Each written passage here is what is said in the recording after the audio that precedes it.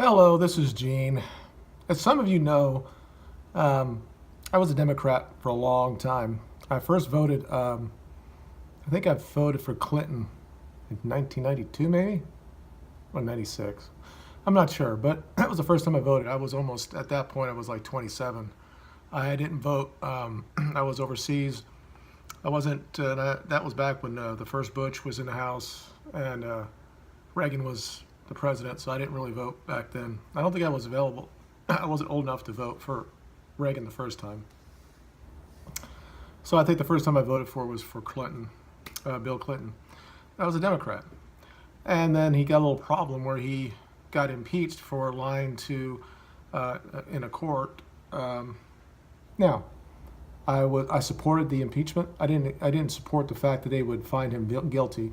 I remember being on crew, working at night, talking about that, saying that we don't need to know what he's doing in his private life, that what he did in the awful Oval Office was really none of our business. Now, from an ethical standpoint, it was wrong. He shouldn't have done it. He was married. He should have done it. He shouldn't do it as the president of the United States. He shouldn't have been doing it in the office, the Oval Office. So I had no issue with him being impeached. I think that that was fair. And I was okay with the fact that they didn't convict him. Now, some 30 years away? What was that, 25 years ago? I don't know. It's a long time. 20 years? Hillary went on TV and they asked her questions about the whole thing. And she was saying that she didn't have any, she didn't do anything there to stop the women that came out and accused Bill of doing stuff. And then people are comparing this to what Lewinsky and him was. Now, we all know that he has accusations about him raping people. I still find that hard to believe because he was a very powerful man. And I want to talk about that little dynamic. And I talk about this on this channel a lot about female nature and how we just excuse it and then we try to defend them somehow. There are only a couple, two or three items that actually will get both sides to be on your side. One of them is, of course, whenever whatever, the guy from Israel comes to Congress, everybody stands up and applauds him. So we know what that is all about. The other thing is that we just look at women that they're stupid, that they have no agency when it comes to sex, that they never have any power in any type of relationship when the man has a little bit more economic or powerful than them, that they are just basically children and they should never be charged of anything, have any responsibility in any of this. We know from her own books and what she said, she never claimed to be a victim. She was not a victim of rape or anything like that.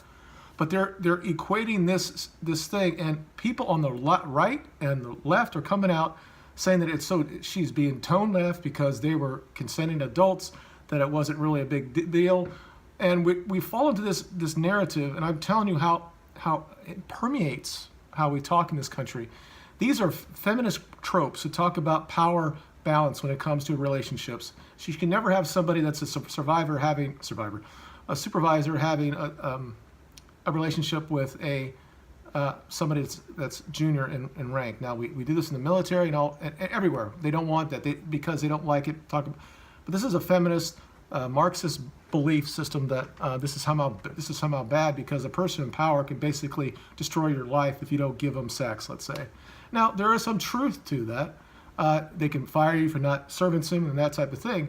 And when those things come up, obviously you want to help those people. You want to be there for the persons that are being treated unfairly under the law. But the idea that this is female nature. Women have always been young women have always been attracted to powerful men. People who have money, and this guy. I mean, Bill would have been her dad's age. And how many women go after guys that are 20 years older than them that have money?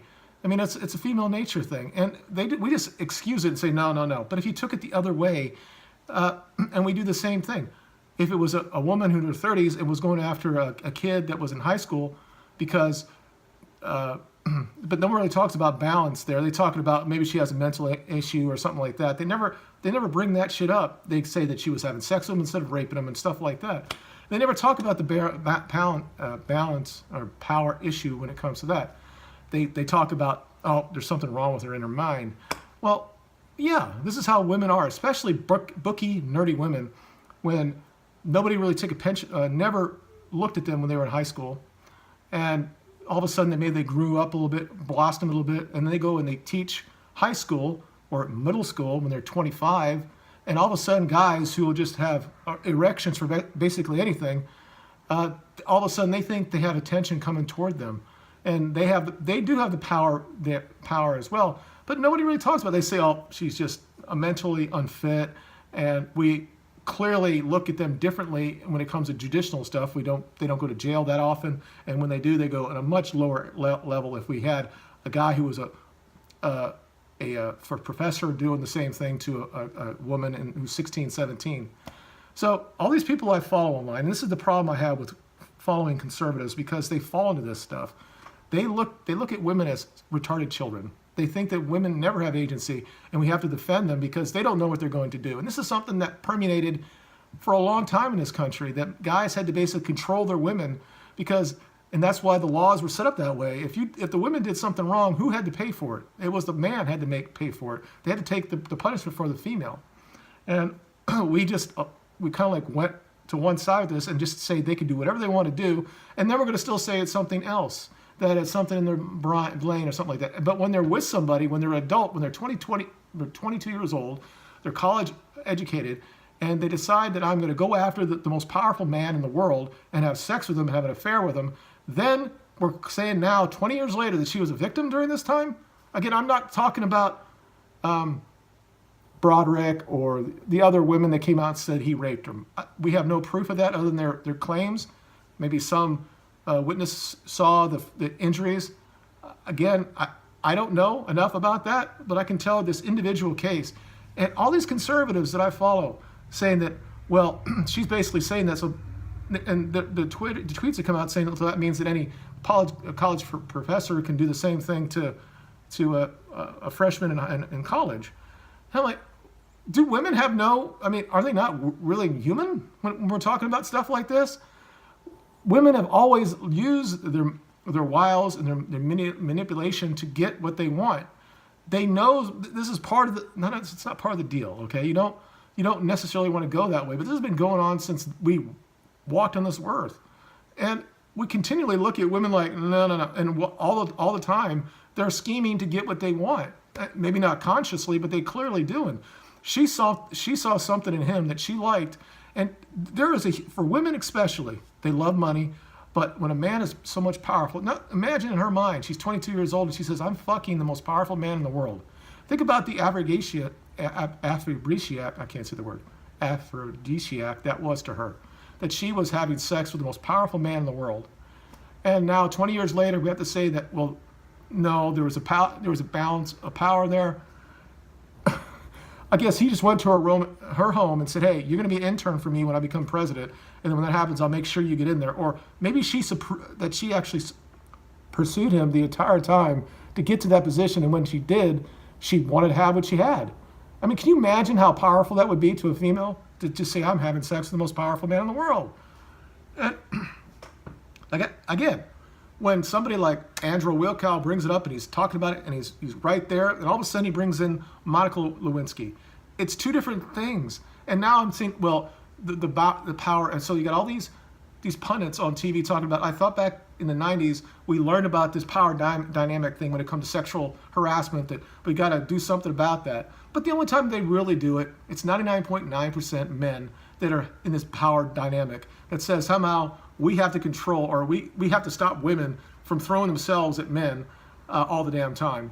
It's the same thing that Tiger Woods go through. Basically, every guy that has any status whatsoever, and they're in their fame in some way, they're going to have women just running on that are out from the door, just waiting on them to have sex with them.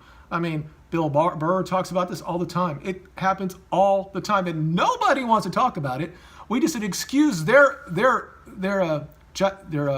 behavior that's saying it's fine. That at the end of the day, whatever happens when it comes to sex, it's still the man's fault. All the time, every time, 24/7, regardless whether they're adults. At what point, women, are we going to actually say you're actually an adult when it comes to that? When I talk about this on this channel, and nobody wants to talk about it, but I'm going to talk about it, You will never be equal in this country until you take responsibility in the bedroom.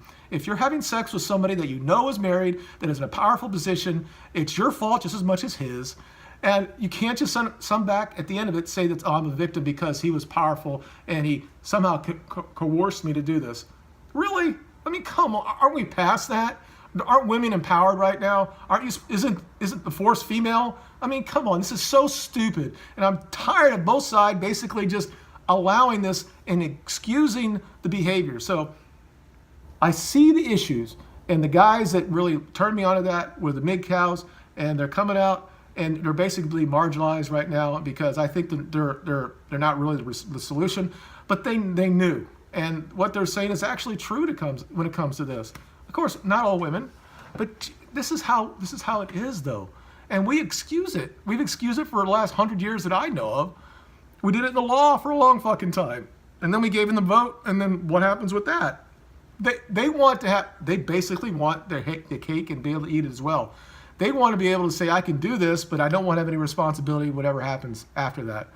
I mean, yes, I don't have any issue if they would impeach him and he would have been convicted. Okay, I think there was a very close call there because he did lie about it. But to equate that with a consensual affair, regardless whether you're the president or not, when all these people are now saying that's wrong, and then these guys are usually against anti-feminism, are now saying that, yeah, it is wrong, you can't do that. Or in the military, you can't have this fraternization. Yeah, we all understand that. We do. And it's ethical when a man has that with a female or the other way around. But still, we don't look at it the same way. When it's reported, it's never looked at that way for a female. It isn't. Even if they're the one in power, they're still going to say that they were either coerced or there's something mentally unstable with the women. So that means that the men never have issues like that? I mean, come on, this happens all the time. And I don't understand why we're piss a foot away from it. Women are attracted to men like this, regardless of how they look. And it'll never change because women want status. They want resources. They want attention. This is how they get it. So anyway, I just want to talk about that. There's a lot more stuff out in the world that's more important than that. But I just don't understand how both sides of the aisle was basically saying, oh, she shouldn't say that. They were adults. Well, fucking hell, they were adults.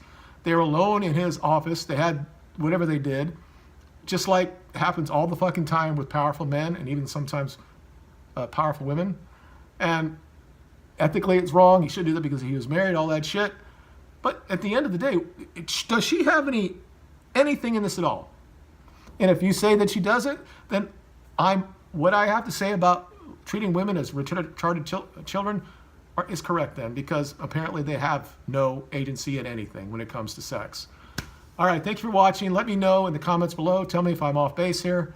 I know it's hard, especially people who watch, who are conservatives, that they really want to have Clinton impeached. You want Hillary to be in jail and all this other shit. But just think about it for a second.